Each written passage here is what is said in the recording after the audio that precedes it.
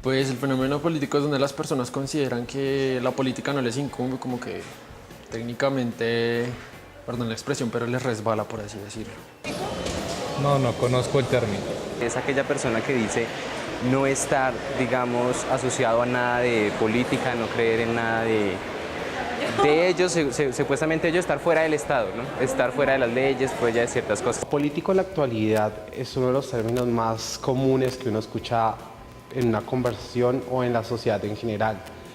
Desde mi punto de vista, ser apolítico es ser una persona que no va con las reglas políticas o con los ideales políticos. Un fenómeno apolítico principalmente es una idea que se ha hecho una persona que rechaza totalmente la política, es decir, que no le interesa o no le han mostrado una parte de la política real de la que pueda hacer parte. Apolítico se supone que es una posición en la cual detesta la política, pero en sí es una contradicción porque al ser apolítico está asumiendo una posición política. Entonces es más como una manifestación de resistencia a lo que se denomina como política tradicional. Se denomina político a una persona que carece de ideología política definida, además no muestra ningún interés por los asuntos. Se tiende a confundir el ser apolítico con que ni la derecha ni la izquierda lo convenzan sobre sus principios. En ocasiones puede ser que así sea y no encuentre un partido en el abanico de partidos que representen sus ideas políticas. Aunque ni izquierda ni derecha te convenzan, eres un ser político, desde el momento en el que una persona hace una crítica a la política del país, sea gobierno u oposición, demuestra ser político. Son varias cosas. La primera, que el sistema social no los ha logrado vincular como agentes activos. Se tiene en el imaginario que las decisiones hacen parte solamente de los adultos, lo cual es totalmente distinto a la realidad. Digamos que los nuevos procedimientos que ha tenido el joven mediante la apropiación de escenarios como el agenciamiento político, la transformación o resignificación que tienen sus culturas y sus distintas expresiones culturales, permiten hablar de que el joven está haciendo aún más transformación social que lo que se viene haciendo electoralmente hablando. Sin embargo, todos estos fenómenos obedecen a lógicas de exclusión y lógicas de poder que llevan a esquematizar y a generar estereotipos de la participación política. Participación política que es muy elitista y excluyente por su misma esencia. Los factores que influyen para que los jóvenes no voten se dividen en dos variables. La primera, los factores individuales. Entre estos se destacan la edad, la educación, el nivel económico individual, estado civil, pertenencia a gremios o sindicatos, el género, el empleo formal, el lugar de residencia y la pertenencia a grupos minoritarios. Otro factor muy importante es la educación, la cual supone dos cosas.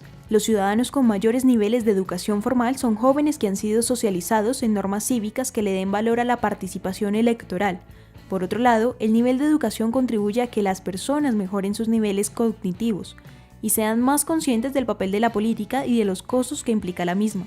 También se cree que los ciudadanos se abstendrán más y participan menos en sus comunidades religiosas. La segunda variable son los factores contextuales, la dimensión socioeconómica, la cual hace alusión al tamaño de la población, el grado de homogeneidad de esa población, las conductas aprendidas y la violencia.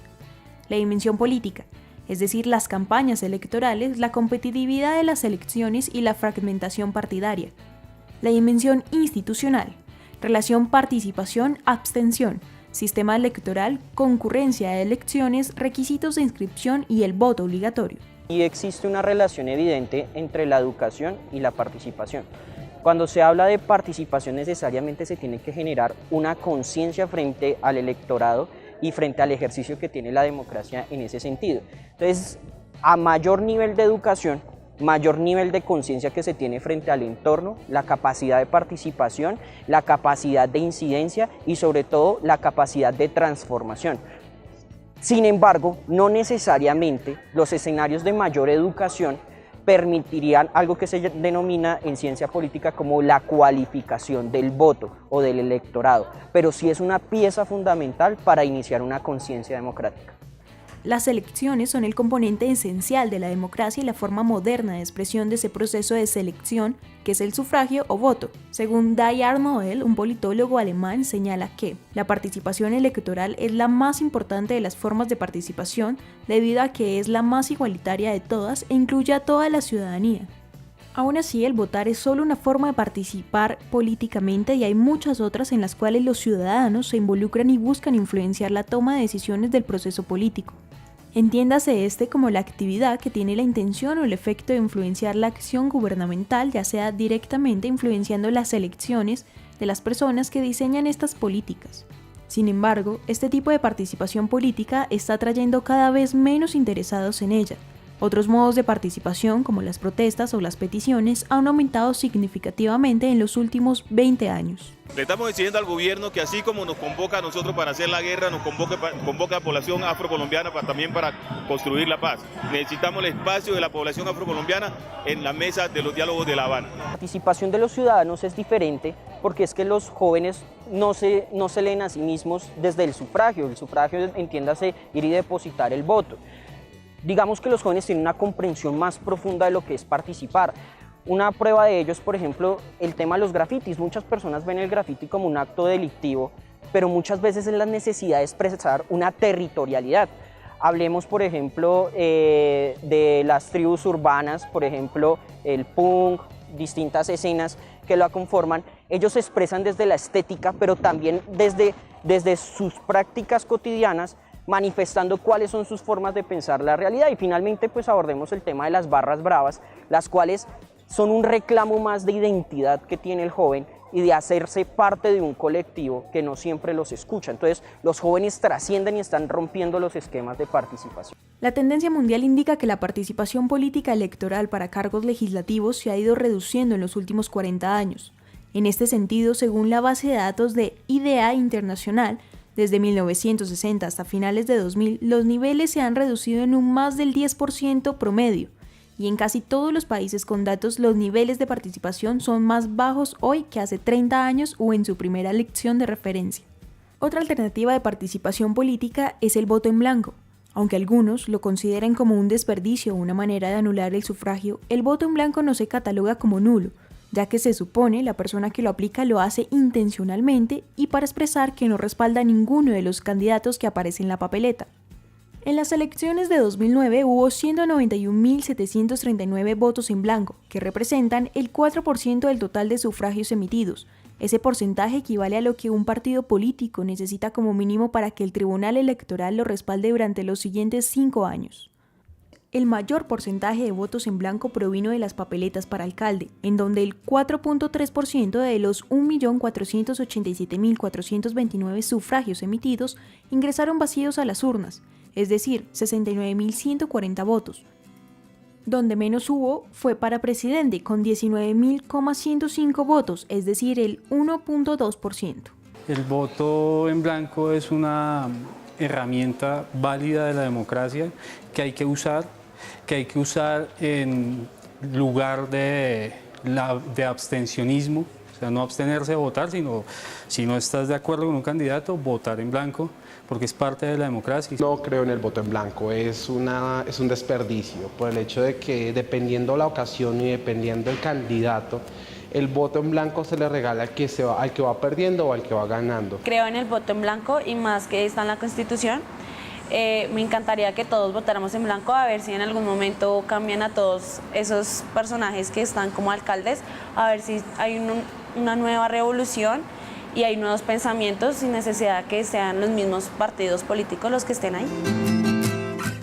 Aunque no lo crean, digamos, todos los seres que componemos este Estado íntimamente nos vemos relacionados con cualquier fenómeno político.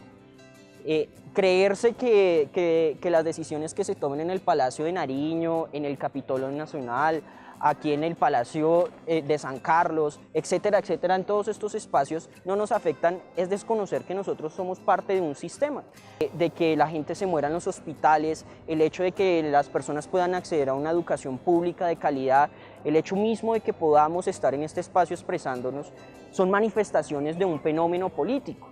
Entonces, cualquier leve transformación necesariamente va a cambiar nuestros hábitos de vida y la posibilidad que tenemos de hacer de nuestra vida algo más pleno y algo más armónico. La participación política electoral promedio es de 70% aún en los países donde el voto no es obligatorio. Mientras tanto, en América Latina solo hay un país donde la participación política es baja, entre 50% y 32% en los últimos 30 años, Colombia.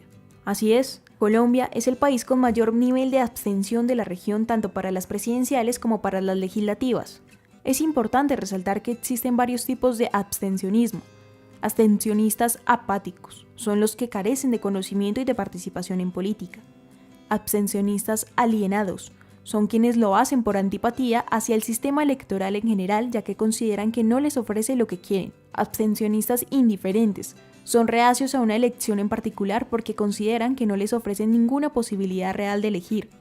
Abstencionistas instrumentales son quienes calculan que su voto no haría ninguna diferencia. No me considero político porque realmente las decisiones que se tomen en el país son de mi interés, puesto que me van a afectar finalmente en cualquiera de los ámbitos en los que yo me desempeñe. Considero que en realidad en la sociedad nadie es un ser apolítico. Mal que bien, alguien siempre ha emitido un juicio de valor en contra de un gobernante y, como lo dije anteriormente, todos se ven como inmiscuidos en la democracia que nos vende la Constitución.